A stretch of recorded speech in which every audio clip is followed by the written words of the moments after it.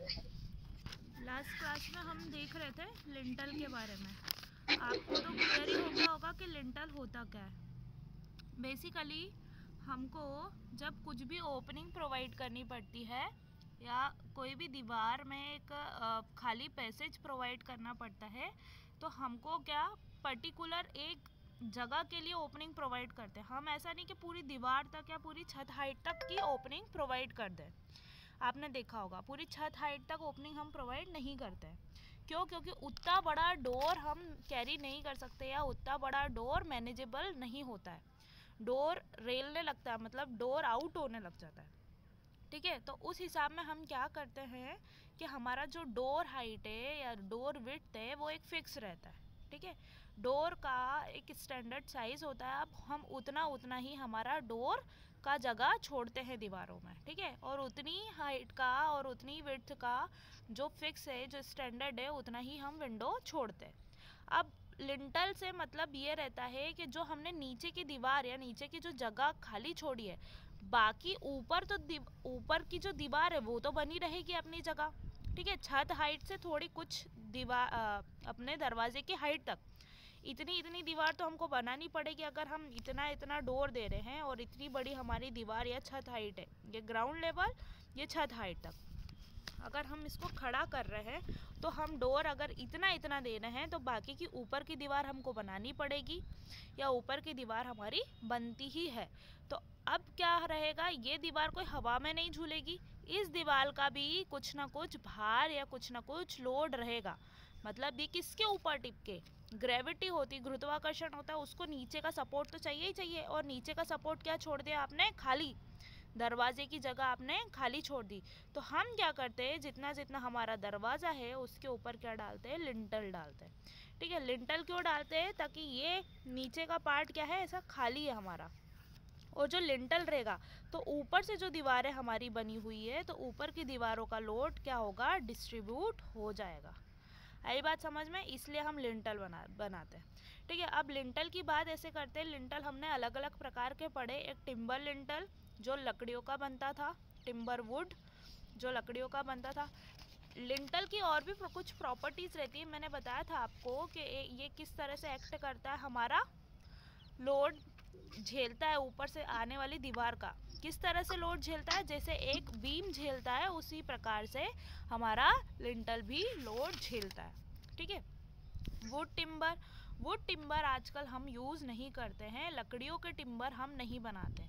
क्यों नहीं बनाते हैं, उसका एक कारण रहता है, क्योंकि उसमें क्या लग जाती है, चींटियाँ और इंसेक्ट्स, कीड़े मकोड़े जल्दी लग जाते हैं। और दूसरी चीज़, लकड़ियों के लिंटल आज की जो बिल्डिंग बनती है उसका लोड नहीं झेल पाते। आज की जो ब्रिक मैसनरी बनती है उसका लोड नहीं झेल पाते। जब हमारे पूरे टोटल लकड़ी के मकान होते थे, पटाव वाले मकान होते थे, उसमें हम कौन से लिंटल बनाते थे, वुड के लिंटल बनाते थे। स्टोन के लिंटल कैसे बनाते थे हम, अधिकतर हमारे पहले के टाइम पे आपने देखे होंगे स्टोन, एंशियंट टाइम पे स्टोन फ्रीली अवेलेबल था, तो तब क्या बनाते थे हम, स्टोन लिंटल बनाते थे।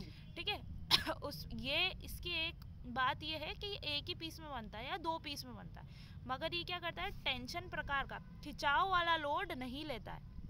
ठीक है, टेंशन ज़्यादा नहीं लेता है। फिर इसके कारण से क्या करते हैं हम, इसका जो स्पान रहता है वो कम से कम या छोटे स्पान के लिए, स्पान क्या होता है, एक सिरे से दूसरे सिरे तक की सेंटर टू सेंटर दूरी। ठीक है, अगर मेरा गेट यहाँ से स्टार्ट हो रहा है तो यहाँ तक का जहाँ वो ख़त्म हो रहा है, उसकी चौड़ाई ख़त्म हो रही है, उस लेवल को क्या बोलेंगे हम, स्पान बोलेंगे।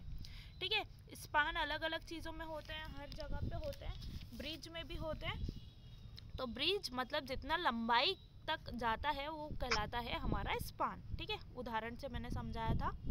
तो क्या बोलते हैं, इसकी स्पान की ज़्यादा लंबी हाइट के लिए हम इसको नहीं बना सकते हैं। ठीक है, हमने ये पढ़ा था।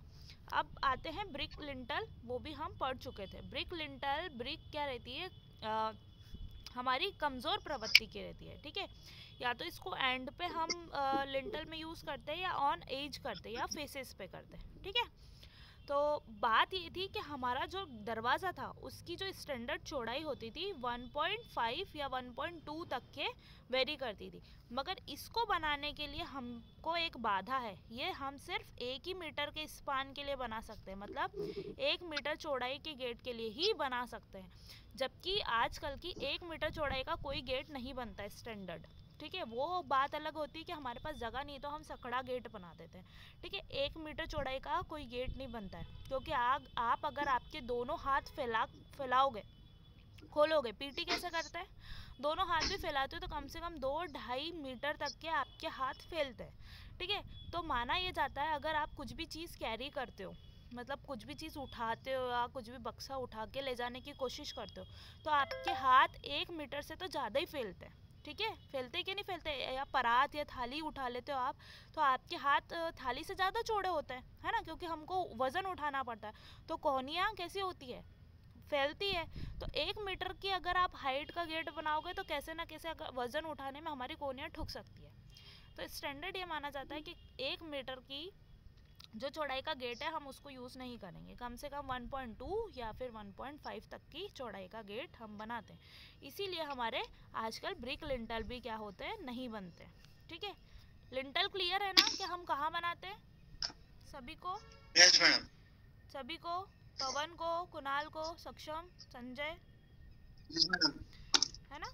फिर क्या, अब बात आई आरसीसी लिंटल की जो हमको पढ़ना बाकी था। तो हम क्या करते हैं, इसी प्रकार के हमारे आरसीसी लिंटल का आजकल निर्माण होता है। तो ये हमारे लिए क्यों कन्वीनियंट है, ये सबसे अच्छा उपाय है क्योंकि ये हम उसको रनिंग में यूज़ करते हैं। देखो, कुछ भी चीज़ को अगर हम दो चीज़ को मिक्स करके बनाते हैं, एक सेकंड रुकिएगा मैं समझाती हूँ।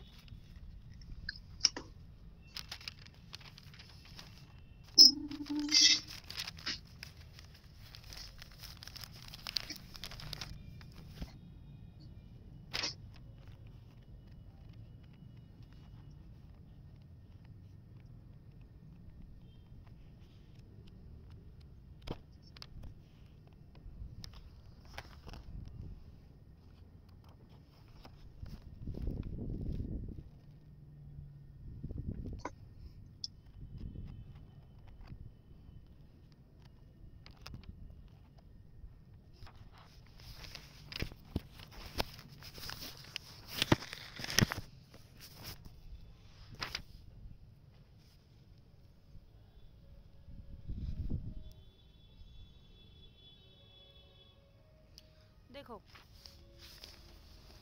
स्ट्रक्चर के बारे में बता रही हूँ। स्ट्रक्चर मतलब हमारा जो भी निर्माण कार्य जो भी हम करते हैं,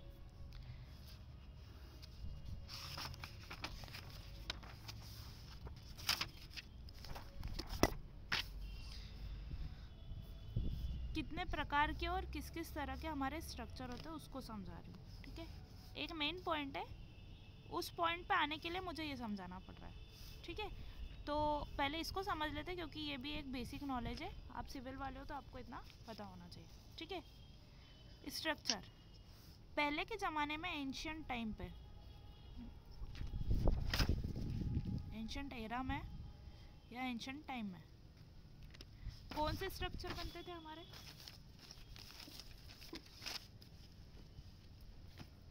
लिमिटेड स्टेट मेथड। नहीं नहीं, वो अलग चीज़ है भैया, वो आज से 100 साल पहले 200 साल पहले की बात है ये। लोड बेरिंग स्ट्रक्चर नहीं रे भैया, किस प्रकार के या कौन सा मटेरियल यूज होकर के स्ट्रक्चर बनते थे? मैडम लकड़ी और स्टोन। किले हमेशा हमने स्टोन के देखे, ठीक है, यस देखे मैडम। नहीं। अब इसका मेरा कहने का तात्पर्य ये है कि पूरा होल स्ट्रक्चर मतलब पूरा का पूरा स्मारक हमारा जो है काय से बना होता था, वो स्टोन से बना होता था। आई बात समझ में? इसमें किसी भी प्रकार का अदर मटेरियल मतलब लकड़ी और स्टोन का कोई कॉम्बिनेशन नहीं है क्या? मतलब एक वुड के ऊपर आप अगर एक स्मारक फेंक देते हो या उतना इस पे लोड आता है वुड पे, तो वुड का कोई अस्तित्व बचेगा? कोई अस्तित्व नहीं बचेगा, क्योंकि इसकी लोड बियरिंग कैपेसिटी मतलब इसकी जो स्ट्रेंथ है, जो ताकत है, वो स्टोन के मुकाबले काफ़ी कम मानी जाएगी। इन दोनों का कोई कॉम्बिनेशन बैठता है? नहीं बैठता। ठीक है, ये प्योर स्टोन की बात थी, जब स्टोन क्या था हमारा इजीली अवेलेबल, उपलब्ध था। ठीक है, और ये उस टाइम पे हम अफोर्ड कर सकते थे, मतलब जो राजा महाराजा जो भी स्मारक बनाते थे, जो भी स्ट्रक्चर बनाते थे, वो इसको अफोर्ड कर सकते थे। मतलब उत्खनन करके, उसकी ड्रेसिंग करके, उसको काट के निकाल के, नक्काशियाँ करके, उसमें डिज़ाइंस बना करके ये सब इतना काम कर सकते थे। ठीक है, ये एंशिएंट एरा की बात थी। फिर थोड़ा सा टाइम हुआ, मतलब जो अगर इसी टाइम में थोड़ा बेसिक पे आते हैं, तो तब क्या हुआ, हमारे वुड के घर बनने लगे। ठीक है, या फिर टिम्बर बोल लो। ठीक है, अब इस टिम्बर के साथ कॉम्बिनेशन स्टोन का टुकड़ों में बैठता था। मतलब स्टोन के जो बड़ी बड़ी यहाँ पर शिलाएं यूज़ करते थे। ठीक है, शिलाएं यूज़ करते थे, मगर यहाँ पे बड़ी शिलाएं और वुड का कोई कॉम्बिनेशन नहीं बैठेगा। क्यों नहीं बैठेगा? क्योंकि बड़ी शिलाओं का लोड बहुत ज़्यादा रहेगा। कभी बाय चांस खिसक करके वुड के ऊपर पड़ता है या वुड के कांटेक्ट में आता है, तो वुड हमारा क्या हो जाएगा, डिस्ट्रॉय हो जाएगा, ख़त्म हो जाएगा। तो बात ये चल रही थी कि स्टोन जो छोटे छोटे पत्थर है, या पत्थरों की कतरन है, या जो कह लो इतने बड़े, या जो भी दीवारों को बनाने के लिए यूज़ होते थे, वो प्लस वुड के हमारे स्ट्रक्चर बनने लगे। ठीक है, मगर स्टोन सिर्फ और सिर्फ कहाँ यूज़ होता था, हमारी एक्सटीरियर वॉल पे।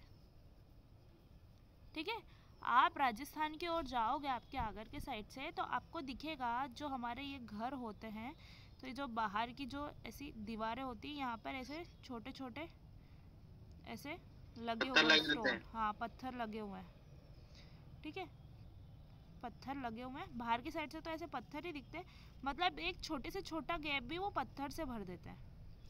ठीक है, ये ऐसी ओपनिंग रहती थी। फिर ऐसे यहाँ पे लिंटल डलेगा, ये दरवाज़ा है, तो इन पत्थर के ऊपर यहाँ पे भी पत्थर रहते थे, एक बीम टिका देते हैं, वो चाहे वुड का टिका दें। ठीक है, वापस यहाँ से पूरा पैक हो जाता था। ठीक है, इतना इतना पैक हो गया।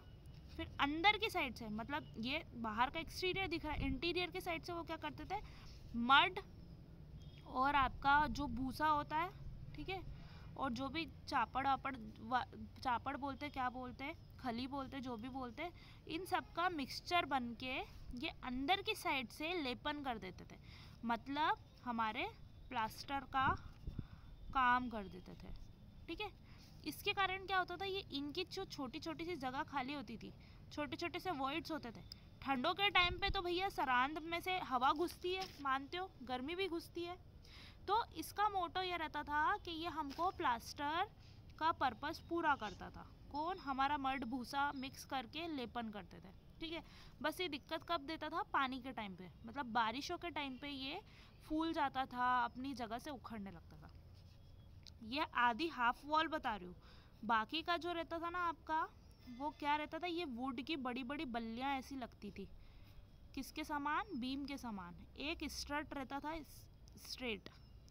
ठीक है, वो ऐसे ये अंदर की साइड ये ऐसे खड़े कॉलम के ऊपर इसको बांधा जाता था। मतलब ये क्या होगा, ट्रस वाला स्ट्रक्चर हो गया। ठीक है, एक दूसरे से बंधे हुए हैं, टेंशन कंप्रेशन एक दूसरे से झेले हुए। आपको अनिल सर ने ट्रसेस पढ़ाए होंगे, ऐसे ये मेंबर्स पढ़ाए होंगे ना? नहीं मैडम। क्या CGMI निकाला बस? ट्रस वाला चीज़ नहीं थी क्या आपके कोर्स में? मतलब ये कौन सा हॉरिजॉन्टल मेंबर है? ठीक है, यहाँ से लेकर के यहाँ तक। ठीक है, ये कौन सा इंक्लाइन मेंबर है? तो समथिंग इसका एंगल जो भी बनता होगा, जो भी एंगल में ये अगर लगे, मैंने तो 45 डिग्री के एंगल में लगा। ठीक है, एक एंगल ये हो गया। तो इस पूरे मेंबर में कंप्रेशन आ रहा है या टेंशन आ रहा है, ये पढ़ा था कि नहीं? ये कैसे निकालते हैं? ठीक है, मतलब अगर पढ़ा होते ट्रसेस, तो ये चीज़ या ये चीज़ें या ये जो भी लॉजिक हम पढ़े हैं, वो हमको कहाँ काम देता है, ये ट्रस बनाने में। ठीक है, क्योंकि क्या होता है, आप देख रहे हो, एक यहाँ टिकेगी बल्ली और एक बल्ली यहाँ टिकेगी। ठीक है, आजकल बल्लियों के मकान नहीं बनते। ये मैं क्यों बता रही हूँ, क्योंकि पहले के टाइम पे बनते थे। ऐसे ही नहीं, कुछ तो भी हमने बल्लियाँ बांध दी है। ये बल्लियों का लॉजिक यहाँ से आया कि हमको कितनी झुकानी है, कहाँ से इसको फिट करना है, कहाँ से इसको खीलों से जॉइन करना है, कहाँ से हमको सुतलियों से बांधना है। तो ये चीज़ ऐसी होती थी, ठीक है। मतलब जो हम बल्लियाँ बांधते थे उसको भी एक एंगल में या एक स्टैंडर्ड टेक्निक में बांधना होता था। देखो वो उस टाइम में ना ये सारी चीज़ें हमारी आँख के सामने होती थी। वो ऐसे एंगल कैलकुलेट करने के लिए नहीं बैठे रहेंगे। जब आपके घर में आपके घर वालों को यही काम साल में 2-3 बार वो करते हैं या 2-3 बार वो रिपेयर करते हैं, तो वो उनकी आदत में बन जाता है, ठीक है। ये बाद में इन्वेंट करा हमने, मतलब बाद में तो नहीं कह सकते, ये पहले इन्वेंट कर लिया होगा जो भी स्ट्रेटजी रही होगी, मगर इसके पीछे हमारा ये वाला लॉजिक है, ठीक है, कि कहाँ कौन सा लोड आ रहा है, कौन सा मेंबर मोटा है, कौन सा मेंबर पतला है, तो हमको कहाँ मोटी बल्ली लगानी है। ये भी मतलब जो भी बनाते हैं उनको पता है कि भैया यहाँ पे लोड ज़्यादा आएगा तो यहाँ पे मोटी बल्ली लगाऊँ या जो भी बल्ली लगाऊँ, ठीक है। तो ये भी कैसा, दो इंक्लाइन मेंबर के साथ एक हॉरिजॉन्टल मेंबर जॉइंट हो रहा है, मतलब दो इंक्लाइन मेंबर के साथ में एक हॉरिजॉन्टल मेंबर जॉइन हो रहा है, ठीक है। तो ये स्ट्रेटेजी क्या है हमारी, वुड और टिम्बर के मकान स्टोन के साथ में, मगर स्टोन सिर्फ कहाँ यूज़ हो रहा है, हमारे नीचे नीचे के साइड में, ठीक है, क्योंकि इसका सेंटर ऑफ ग्रेविटी, इसका लोड कहीं भी इनके ऊपर नहीं आ रहा है, वुड के ऊपर नहीं आ रहा है, मतलब स्टोन भारी है और उसका लोड कौन उठा रही है, हमारी नीचे की अर्थ या नीचे की धरती उठा रही है, ठीक है। तो ये थे हमारी। अब इन स्टोन के ऊपर आप बड़ी बड़ी शिलाएं नहीं रख सकते, बात समझ में आ रही है। जो किलो के ऊपर में बड़ी बड़ी शिलाएं होती है, उसका वजन, उसका लोड कहीं ज़्यादा गुना इसमें भारी होता है ना। वो वुड के ऊपर आप रख सकते हो ना, ऐसे हमारे बेसिक मड वाले भूसे पे के ऊपर भी हम आप नहीं टिका सकते, ठीक है। तो ये दो तरह के हमने एंशियंट स्ट्रक्चर देखे। ये वुड टिम्बर वाला तो आपको कभी भी अभी कॉमनली दिख जाएगा, ठीक है, क्योंकि ये मकान अभी भी होते हैं। और ये इसकी सबसे अच्छी खासियत क्या होती है, ये आइसोलेशन या हीट आइसोलेशन वाले मकान होते हैं। मैम आइसोलेशन मतलब? हीट आइसोलेशन का मतलब ये होता है कि अंदर बाहर अगर गर्मी है ना, तो अंदर का टेम्परेचर ये मकान मेंटेन करेंगे। अब कैसे मेंटेन करते संजय, ये बताओ मेरे को, है ना। हमारी दीवार जो होती है हमारे घर की कितनी, 2 ईंट की होती है या 1 ईंट की होती है, ठीक है। उसके बीच में हॉलो चीज़ नहीं होती, कैविटी नहीं होती है, मतलब जगह खाली नहीं होती है, ठीक है। जितना मोटा हम स्ट्रक्चर या दीवारों को बनाते हैं उतना ही वो कैसी होती है, हीट ट्रांसफ़र करने में। मेरी एक ये चौड़ाई की दीवार है, यहाँ बाहर है, ठीक है, ये एटमॉस्फेयर है और ये रूम के अंदर की बात है, ठीक है। ये कैसे होते हैं, ग्रेन्स होते हैं, ठीक है। अब हमने तो ईंट की बनाई है, तो ईंट को इतनी ज़्यादा मजबूत नहीं होती है और हम इसको ज़्यादा मोटा भी नहीं बना सकते क्योंकि वो पैसे पे फ़र्क पड़ेगा। तो ये कैसा रहता है, यहाँ का हीट यहाँ पे ट्रांसफ़र ईजीली हो जाएगा। और वहीं हम वुड और मड के, सपोज़ ये हमने ऐसे पहले तो स्टोन लगाए होंगे, फिर क्या करते थे पहले के टाइम पे, इतना भूसा लगाते थे, फिर उसके ऊपर मड लगाते थे, ठीक है। फिर यहाँ पे भी वैसे ही करते थे, यहाँ पे भी मड लगाते थे। तो आप देखो कि दीवार जो बनती थी उन घरों में, पटाव वाले में या जो मिट्टी के जो होते थे, मतलब मैंने ये देखा है कि पुराने मकान तोड़ने के बाद उनको नया कंस्ट्रक्शन करना था, तो उनकी दीवारें इतनी मोटी टूटी कि प्लॉट एरिया इतना बड़ा हो गया, मतलब जगह घेर रहा है ना, ये स्ट्रक्चर हमारा जगह घेर रहा है, हमको यूज़ करने में जगह कम आ रही है, क्योंकि क्या हो रहा है कि हमारी दीवारें बहुत ज़्यादा मोटी मोटी बनती है। इसमें मोटी बनाने का पर्पस भी क्या है, ये चीज़ होती कमज़ोर, ये चीज़ होती थोड़ी मजबूत, ठीक है। ये सीमेंट कंक्रीट से बनती है, ये मड से बनती है, सॉरी सीमेंट नहीं, सॉरी सीमेंट अपना प्लास्टर होता है जो सीमेंट से बनता है, ठीक है। सीमेंट का प्लास्टर हम करते हैं आजकल, तो क्या होता है इसमें स्ट्रेंथ होती है। अब ये इस टाइम पे कौन सा प्लास्टर यूज़ करते थे, या तो चूने का, लाइम का, या फिर मड का, अपनी गारे का, है ना, वैसे ही होता था ना यूज़। तो क्या होता था, इन चीज़ों में मजबूती कम रहा करती थी। इसमें तो फिर भी बाद में ये लाइम यूज़ करने लगे, चूना हम बाद में यूज़ करने लगे।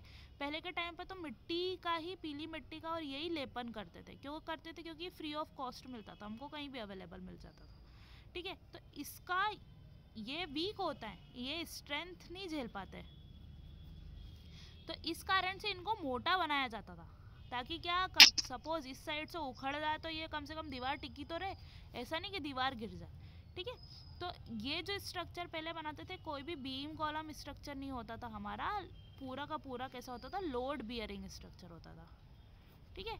ये किस लैंग्वेज में ये मैं बात कर रही हूँ, अगर मैं लोड वाले स्ट्रक्चर देखूँ तो, ठीक है, लोड वाले स्ट्रक्चर, लोड के अकॉर्डिंगली अगर मैं देखती हूँ तो मैं बीम स्ट्रक्चर या बीम कॉलम स्ट्रक्चर या लोड बियरिंग स्ट्रक्चर की बात करती हूँ। यहाँ मैं कौन से स्ट्रक्चर की बात कर रही हूँ, जो मटेरियल कौन से यूज़ हो रहा है, ठीक है, मटेरियल के आधार पर मैं विभाजित कर रही हूँ, यहाँ पर लोड के आधार पर मैं विभाजित कर रही हूँ, ठीक है। लोड के आधार पर विभाजित करने पर हमको दो प्रकार के स्ट्रक्चर से हम अवगत होते हैं, और मटेरियल के आधार पे विभाजित करने पर हम देखते हैं पहले के इस टाइम पे स्टोन के स्ट्रक्चर बनते थे, फिर वुड टिम्बर स्टोन के कॉम्बिनेशन में बैठते थे, फिर थोड़ा टाइम आया हम लाइम यूज़ करने लगे, और क्या यूज़ करने लगे हम इस टाइम पे, ब्रिक, मेनली ब्रिक का इन्वेंशन हो गया था, तो ब्रिक वाले स्ट्रक्चर हम बनाते थे।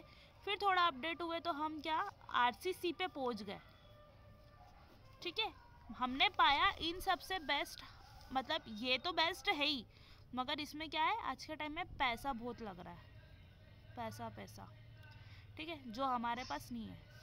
इसमें सस्ता पड़ रहा है कुछ कुछ, मगर क्या नहीं है इसमें, मजबूती नहीं है,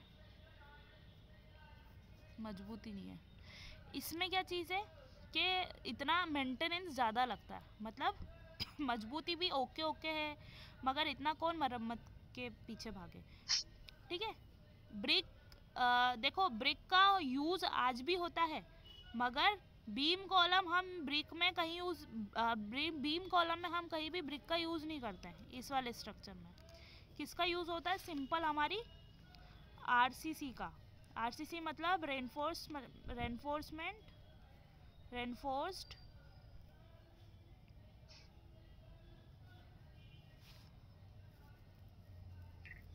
कंक्रीट और सीमेंट कंक्रीट और सीमेंट, ठीक है। रेनफोर्स सीमेंट कंक्रीट, रेनफोर्स का मतलब होता है जो हमारा स्टील या फिर सरिया, सरिये को हम हमारी लैंग्वेज में स्टील बोलते हैं, सरिये का यूज़, सीमेंट का यूज़, और कंक्रीट। कंक्रीट क्या चीज़ होती है, हमारा एग्रीगेट, सैंड, और ये जो हमारी सीमेंट है, ठीक है, इसलिए हम इसको बोलते हैं आरसीसी स्ट्रक्चर। अब आरसीसी स्ट्रक्चर पे आते हैं, यही हमारा मेन है और यही हमको पढ़ना है, आगे सब्जेक्ट में भी यही आता है। अब आरसीसी की बात करते हैं, तो आरसीसी मतलब रेनफोर्स सीमेंट और कंक्रीट, ठीक है। इसके अलावा एक और स्ट्रक्चर बनते हैं हमारे, स्टील स्ट्रक्चर। स्टील मतलब पूरे के पूरे बीम कॉलम भी स्टील के, और पार्टीशन वॉल बना सकते हैं या नहीं भी बना सकते हैं, मगर जो बीम कॉलम स्ट्रक्चर हमारा बनता है वो पूरा का पूरा स्टील का बनता है। अभी बीम कॉलम स्ट्रक्चर कैसा बनता है, आरसीसी का, बीम कॉलम और स्लैब स्ट्रक्चर, ठीक है। एक और बार मैं बता देती हूँ, लोड के आधार पर जो लोड बियरिंग स्ट्रक्चर होते हैं,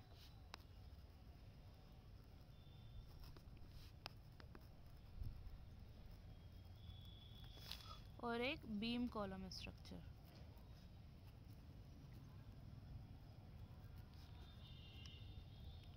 अब थोड़ा ध्यान से सुनना, लोड मतलब भार, बियरिंग मतलब उठाना, ठीक है, भार उठाने वाला स्ट्रक्चर, ठीक है।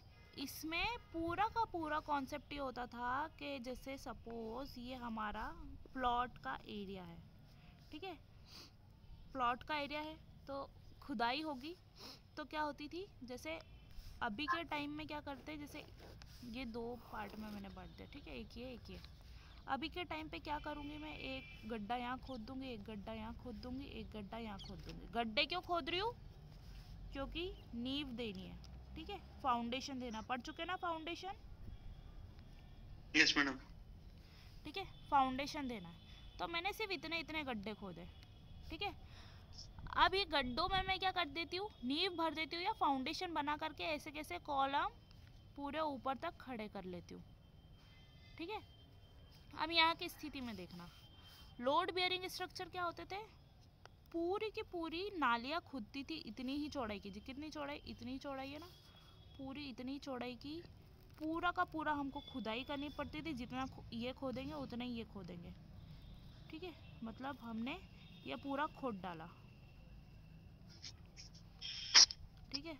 कितनी बार हमको ऐसा भी खोदना पड़ता था, मतलब हमने पूरा ऐसे बीच में खोद दिया, मतलब इतनी इतनी पूरी खोद करके मिट्टी को बाहर निकाला, मतलब एक्सकेवेशन का, खुदाई को बोलते हैं एक्सकेवेशन, ठीक है। हमारी चीज़ में हमने सिर्फ ये खोदा था, आजकल जो बनते हैं, ठीक है। एक्सकेवेशन करा, और फिर खुदाई क्यों करते हैं हम, ताकि हमारी नींव मजबूत करे, ठीक है।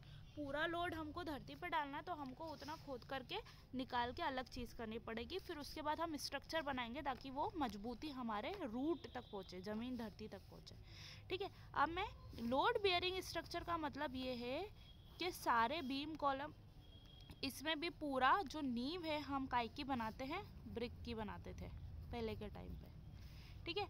मतलब जो दीवारें होती थी ना, वो धरती के अंदर से उठती थी। अभी कैसे उठती है कि ये यहाँ से यहीं से उठा दी, ठीक है। अगर सपोज ये धरती है मेरी, तो यहीं से दीवारें उठा दी, ठीक है।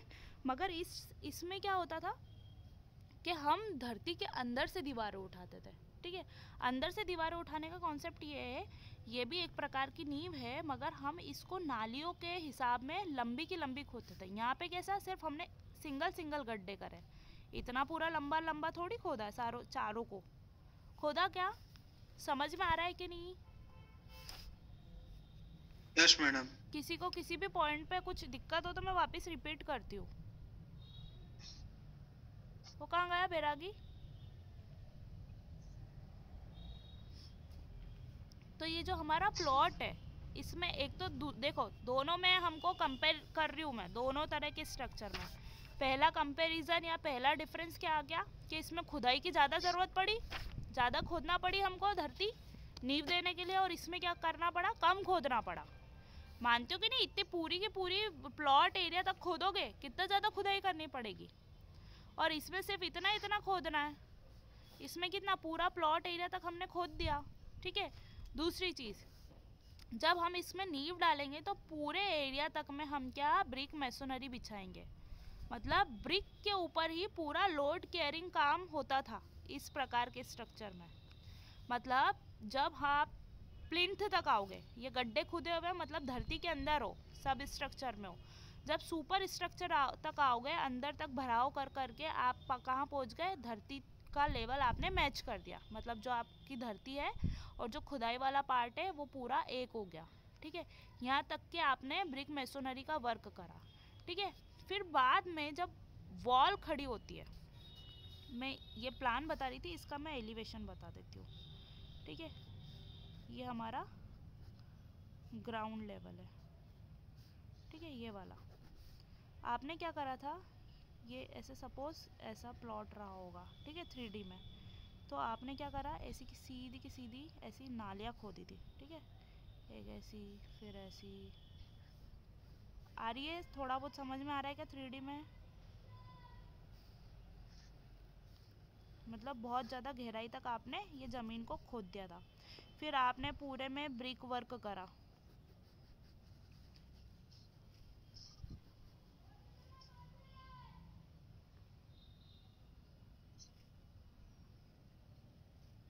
ठीक है। करते करते आप कहाँ आ गए, आपके ग्राउंड लेवल पे, ठीक है। ये खुदाई वाला पार्ट था जहाँ पर आपने फाउंडेशन बिछाया ब्रिक का, लोड बियरिंग का। फिर आप कहाँ पहुँच गए, आपके ग्राउंड लेवल पे। फिर अब आप यही जो आपकी चीज़ें हैं, यहीं से आप ब्रिक की वॉल उठाना चालू कर देते हो। समझ में आ रहा है क्या? ब्रिक मैसोनरी जो बताया था,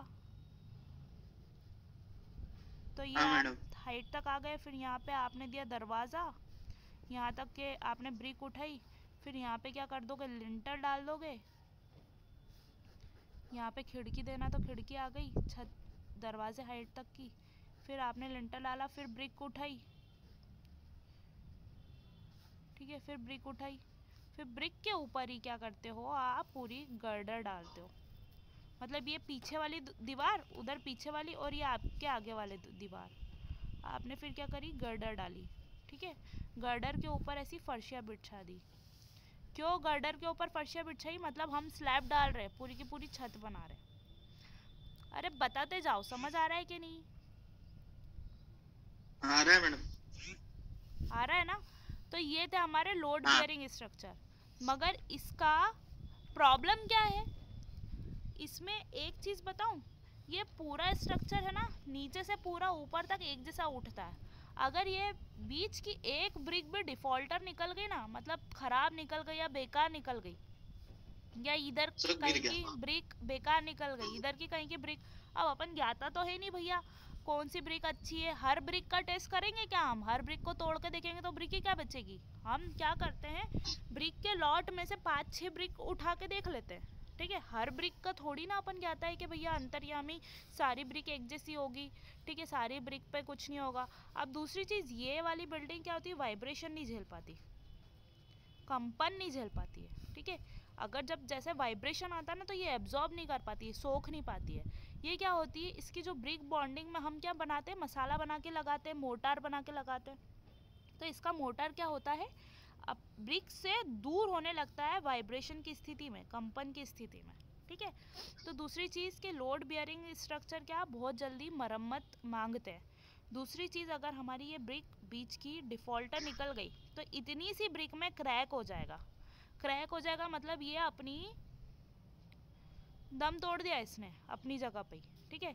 अब ये ब्रिक के ऊपर भैया ऊपर वाली ब्रिक का भी लोड आ रहा था, पास वाली ब्रिक का भी लोड आ रहा था, नीचे वाली पे भी कुछ ना कुछ लोड आ रहा था।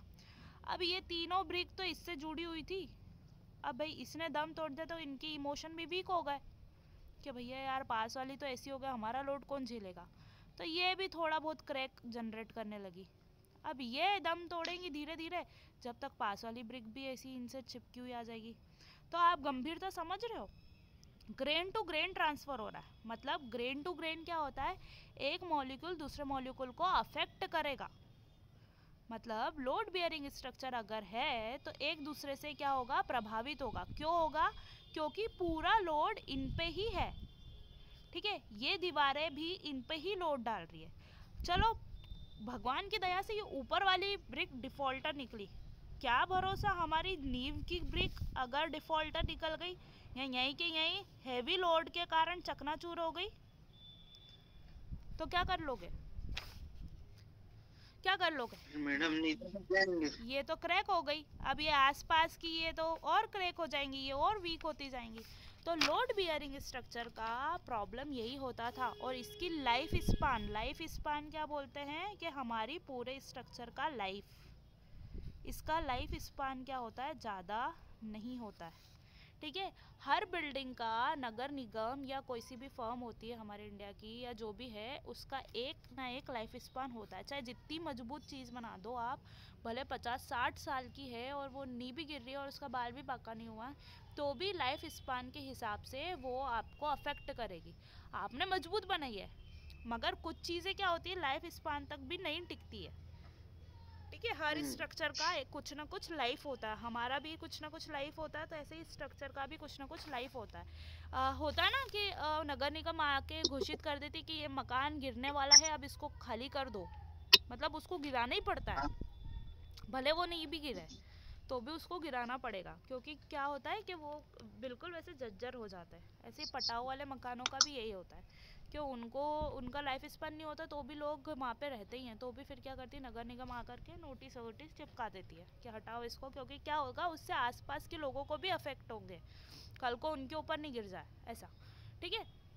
तो लोड बियरिंग बिल्डिंग का हमारा लाइफ स्पान बहुत शॉर्ट होता है, मतलब ज़्यादा इनका जीवन काल नहीं रहता है।